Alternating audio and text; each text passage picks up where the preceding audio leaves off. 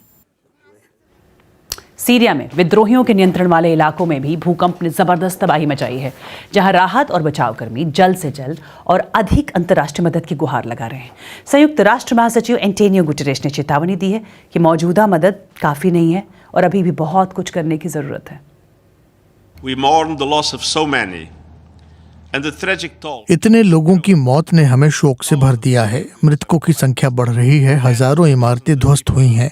लाखों लोग सर्द रातों में खुले आसमान के नीचे हैं। स्कूल, अस्पताल सब टूट गए हैं। बच्चे गहरे सदमे में हैं और अभी तक हमें नहीं पता कुल कितना नुकसान हुआ है। मानवीय संकट हमारी आंखों के सामने है। Of the damage and of the humanitarian crisis unfolding before our eyes. इस बीच सीरिया के राष्ट्रपति बशर अल असद ने भूकंप प्रभावित इलाकों में अपना पहला दौरा किया है। राष्ट्रपति असद ने पहले एलेप्पो यूनिवर्सिटी हॉस्पिटल में घायलों का हाल जाना और फिर शहर में गिरी एक इमारत के मलबे पर जारी राहत और बचाव कार्य का जायजा लिया। और इस बीच खबरें आ रही हैं कि सीरियाई सरकार ने आखिरकार विद्रोहियों के नियंत्रण वाले कुछ इलाकों में राहत सामग्री भेजने की इजाजत दे दी है। और वक्त एक ब्रेक का है। ब्रेक के बाद रूस के कुछ इलाकों में क्यों खौफजदा हैं लोग, इस बारे में करेंगे बात एक ब्रेक के बाद।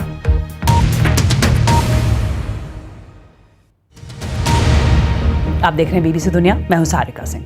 यूक्रेन पर रूस के हमले को 1 साल होने वाला है। यूक्रेन का क्या हाल है, इसकी खबरें तो लगातार आती रहती हैं, लेकिन रूस के भी कुछ इलाकों में लोग डरे हुए हैं, खौफजदा हैं। ये लोग यूक्रेन की सीमा से सटे रूसी इलाकों में रहते हैं। उन्हें यूक्रेन की बमबारी से तो डर है, लेकिन वो मानते हैं कि रूस ने जो यूक्रेन पर हमला किया है वो राष्ट्रीय हित में जरूरी था। बीबीसी संवाददाता स्टीव रोजनबर्ग की ये रिपोर्ट। रूस के इस हिस्से को देखकर लगता है कि आप मैदान जंग में आ गए हैं। यूक्रेन की सीमा के पास लोग गड्ढा खोद रहे हैं और मजबूत दीवारें खड़ी कर रहे हैं। 1 साल पहले यहां ऐसा कुछ नहीं था। पास ही एक मार्केट पर बम गिरा था। यहां लोग अब हर वक्त यूक्रेन की गोलीबारी की वजह से डरे हुए रहते हैं, पर वो इस बात का जिक्र करना भूल गए कि उनके ही देश ने पहले यूक्रेन पर हमला किया था। इरीना कहती हैं कि लगभग हर दिन बम गिरने की आवाजें आती हैं और लोग डर जाते हैं। हम पिछले 1 साल से रूस में हर तरफ घूम रहे हैं और मैंने पाया कि कई लोगों के लिए ये एक वर्चुअल वॉर है जो उनसे दूर टीवी पर लड़ी जा रही है, पर यूक्रेन के बॉर्डर से कुछ ही दूर रहने वाले लोगों के लिए ये बिल्कुल सचमुच की लड़ाई है। वो इसे महसूस करते हैं, देखते हैं और सुनते हैं, और कोई नहीं जानता कि इसका अंत कैसे होगा। ऐसे लोगों से मिलकर आपको लगता है कि जंग नजदीक है।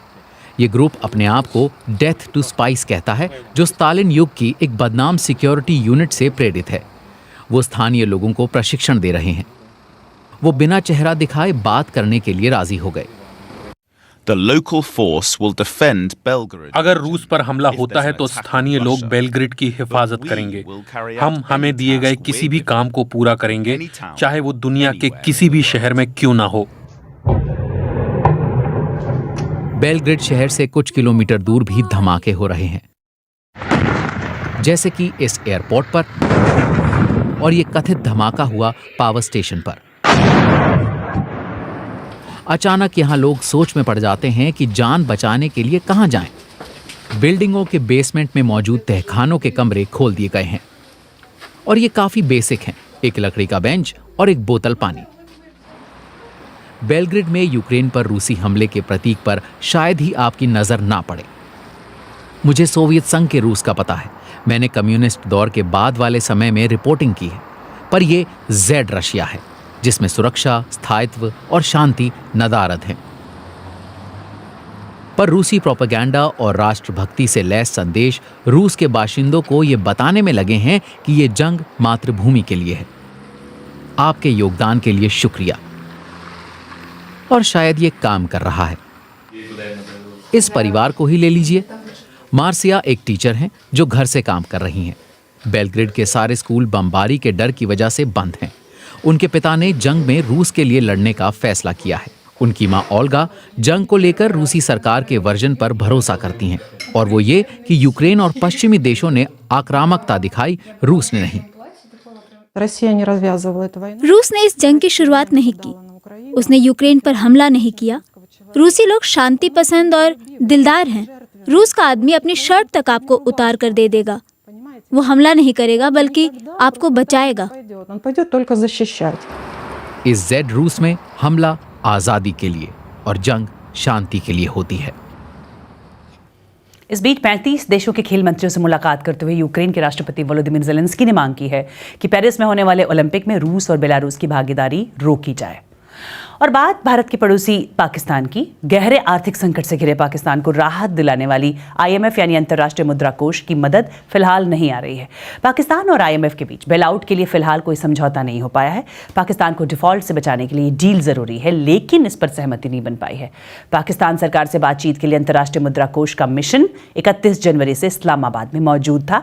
मकसद पाकिस्तान और IMF के बीच सरकार की राजकोषीय नीति पर उभरे मतभेदों को दूर करना, लेकिन इस पर सहमति ना होने से IMF की ओर से पाकिस्तान को दी जाने वाली 1 अरब 10 करोड़ डॉलर की मदद फिलहाल रुक गई है।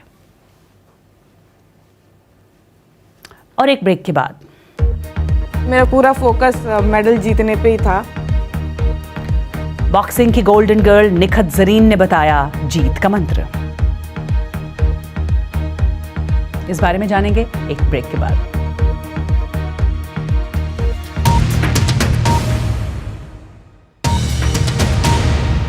आप देख रहे हैं बीबीसी दुनिया, मैं हूं सारिका सिंह। निखत जरीन, कुछ ही दिन हुए जब भारत को बॉक्सिंग की नई स्टार मिली। बॉक्सिंग के मुकाबले में गोल्ड जीतकर वो गोल्डन गर्ल बन गई। बीबीसी से बात करते हुए उन्होंने जीत का एक खास मंत्र बताया। Indian sports women of the year के लिए नॉमिनेटेड निखत जरीन के सफर पर एक नजर।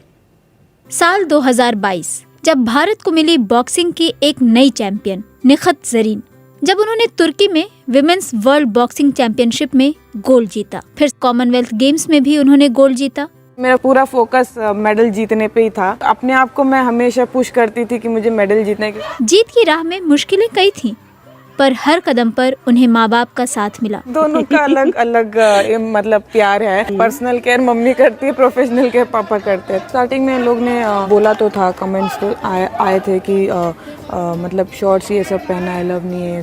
अभी गोल्ड मेडल जीतने के बाद वही लोग खुशी मना रहे हैं और फैमिली पे मतलब पेरेंट्स को फ़ोन करके कॉन्ग्रेचुलेट करते हैं। निखत की माँ को उनकी शादी की भी फिक्र होती है, लेकिन बेटी के चैंपियन बनने के बाद बहुत कुछ बदल गया। अभी कुछ नहीं करते, अभी तो वही बोलते हैं कि मतलब आपका फोकस बॉक्सिंग पे ही रखो, बाकी तो वो खुद ही पसंद करेगा आपको, आपको पसंद करने की जरूरत नहीं है। निखत का मानना है कि सफलता के लिए परिवार का सहयोग मायने रखता है। मैं यही कहूँगी कि आप इतनी मेहनत करिए कि आपके पेरेंट्स भी मजबूर हो जाए आपको सपोर्ट करने के लिए। बाकी यही है कि जब तक पेरेंट्स की सपोर्ट नहीं मिलता है तब तक हम कुछ नहीं कर सकते।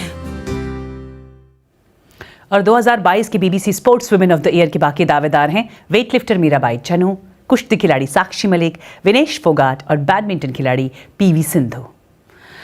और ढलती उम्र में लोगों को जीने का एक अलग तरीका सिखा रहे हैं ब्रिटेन के डेविस। 100 साल के डेविस लोकल स्कूल में जाकर गरीब बच्चों को पढ़ाते हैं। उनकी पत्नी के निधन के बाद अकेलेपन से जूझ रहे डेविस ने जब पढ़ाना शुरू किया तो जैसे उन्हें जीने का नया मकसद मिल गया। बच्चे उन्हें देखकर बेहद खुश होते हैं। उन्हें हाल ही में ब्रिटिश अंपायर मेडल से नवाजा गया। और ताइवान की राजधानी ताइपेई में दिख रही है कुछ ऐसी रोशनी। चीन के साथ साथ ताइवान में भी मनाया जा रहा है ईयर ऑफ रैबिट। इसलिए रैबिट के आकार की लालटेन हर ओर जगमगा रही है और कुछ इस तरह का नजारा ताइवान में दिख रहा है।